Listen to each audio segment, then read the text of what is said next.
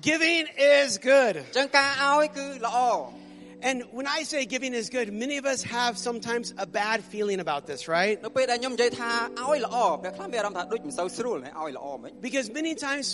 people try to trick us to give them their money. ពួកពេលខ្លះយើងគិតថាចេះមនុស្សម្នាក់ព្យាយាមអាចនឹងបោកប្រាស់គ្នាដើម្បីឲ្យទទួលបានលុយមក Because the world tries to steal. ពីព្រោះពិភពលោកពេលខ្លះគេព្យាយាមលួចគ្នា But it's not trying to steal money, it's stealing the joy of giving. បាទមិនលួចត្រឹមតែលុយទេប៉ុន្តែពេលខ្លះ